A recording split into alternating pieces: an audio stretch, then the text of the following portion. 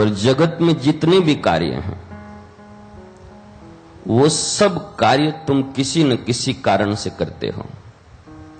अकारण कोई काम नहीं करता। इस दुनिया में कोई कार्य होता भी नहीं। और मजे की एक बात तुम्हें बताऊं कि कारण भी अलग अलग नहीं होता।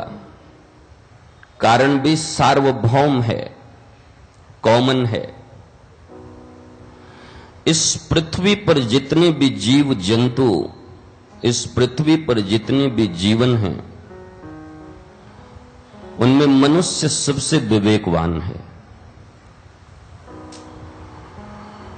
तो जिनके पास विवेक नहीं है और जिनके पास विवेक है, ये दोनों बस एक कारण से कार्य करते हैं इस जगत में। तुम ये मत सोचना कि यहां 100, 50, 500, 1000 लोग बैठे हो तो तुम्हारे कारण अलग अलग होंगे। तुम्हारी मूढ़ता तुम्हें यह बता सकती है कि तुम किसी और कारण से आए हो, वो किसी और कारण से आया है, ये किसी और कारण से आया है। पर मैं जब तुम्हें अपनी प्रज्ञा से और बोध से बताऊंगा कि वास्तव में तुम सबके यहां आने का कारण मात्र एक है, इंक्लूडिंग मी, माई सेल्फ, मैं भी उसी कारण से यहां आया हूं। वो कारण क्या है? श्रीमद् भागवत के जब पन्नों को पलटोगे तो तुम्हें उसका कारण समझ में आएगा। क्योंकि भागवत मेरा वतन है। इस संसार के कोई भी समाधान अगर भागवत में नहीं है तो और किसी ग्रंथ में हो भी नहीं सकता। मैं साबित कर दूंगा और हो सकता है वो तुम साबित कर देना।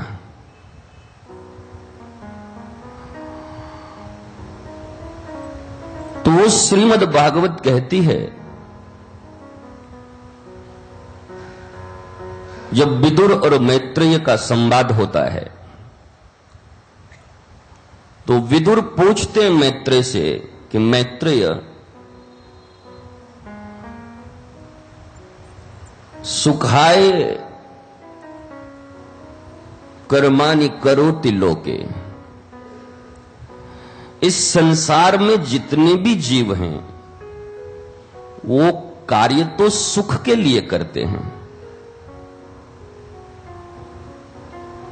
इस जगत में जितने भी कार्य बने हैं आज तक वो सब सुख प्राप्ति के लिए बने हैं और करते भी हम उसी लिए हैं। पर हमें दुख क्यों प्राप्त होता है? हम करते सुख के लिए हैं, कारण हमारा सुख होता है, पर मिलता दुख है। ये पहेली आज तक सुलझ न पाया। और जिनके जीवन में ये पहेली न सुलझ पाई, उनके लिए 1000 राधा अष्टमी और 1000 कृष्ण जन्माष्टमी और सड़कों पर गणेश को रखकर और भांगड़ा करना उनके जीवन का दुर्भाग्य के सिवा और कुछ है मैं नहीं जानता। ये दुर्भाग्य है तुम्हारा कि जहां से जीवन के समस्त आनंद को तुम प्राप्त कर सकते थे वहां पहुंच के भी तुम दुखी, हताश, निराश। तुम्हारे जीवन में अनंत कठिनाइयां, अहंकार, द्वेष,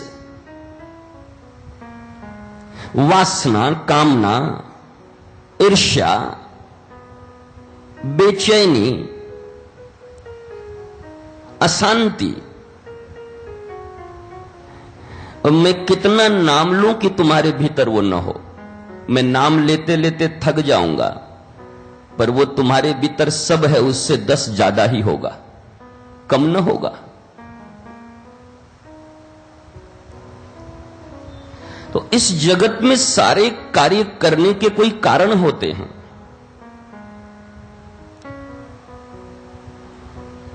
कारण के बिना कोई कार्य संभव भी नहीं है। मिट्टी कारण है तो खपड़ा, कुल्हड़, सकोरे, घड़े, सुराही, ये सब कार्य हैं। पर क्या यह संभव है कि मिट्टी न हो तो तुम फिर सुराही बना लो, सुराही बन जाए, खपड़े बन जाए? तुम्हारे गले में पड़े हुए वो सोने के हार, हीरे के हार, अंगूठियां, कानों में बालियां, नाकों में नथ, पांवों में पायजेब, ये जितने भी ऑर्नामेंट्स हैं वो सोने से बनते हैं। सोना कारण है और ये गहने कार्य हैं। पर क्या यह संभव है कि सोना न हो तो ये ऑर्नामेंट्स तुम बना लो, पहन लो? इस जगत में जितने भी कार्य हैं उसका कारण शाश्वत है, कार्य नश्वर है। ध्यान देना, यहां राधा अष्टमी में आकर कोई दहिया पी गए सरर और वो मेरी जान है राधा, कुर्बान है राधा, और खड़े होकर अमर्यादित लोगों की तरह, मूर्खों और मूढ़ों की तरह थोड़े थिरक कर, नाच कर, भांगड़ा करके, और यहां कुछ केले, फल, मिठाइयां, फूल, माले चढ़ा के और 5 बार ऐसे प्रणाम करके चले गए तो तुम्हारे आत्यांतिक दुख का निवारण हो जाएगा? पढ़े लिखे हो, डिग्रियां प्राप्त करके आए होगे, पीएचडी हो गए, डॉक्टर हो गए, और न जाने क्या क्या पढ़ाई किए होगे, पर आध्यात्मिक की निगाह में तुम मूढ़ से ज्यादा और कुछ नहीं हो, महामूढ़ है। कालिदास तो बहुत अच्छा था, कालिदास के बराबर तुम कहां से हो जाओगे? इसलिए यह राधा अष्टमी मनाने का भी कोई न कोई तो कारण होगा। ये कार्य है, ये सजावट, ये लोग, ये बैठना, ये पंडाल, ये सब कार्य है, पर इसके पीछे कारण क्या है? किस कारण से ये मनाई जा रही है? कोई परंपरा है?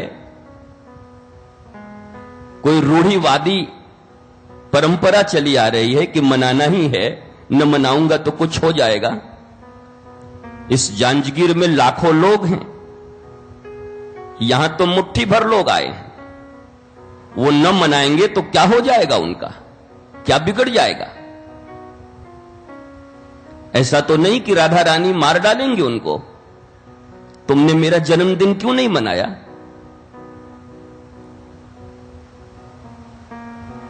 कारण क्या है? What is behind this? इसके पीछे है क्या?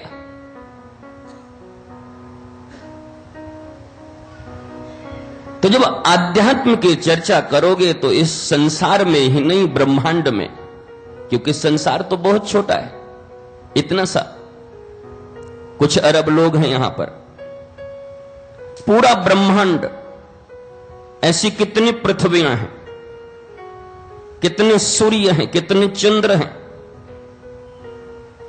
हमारे तुम्हारे जैसे कितने लोग हैं।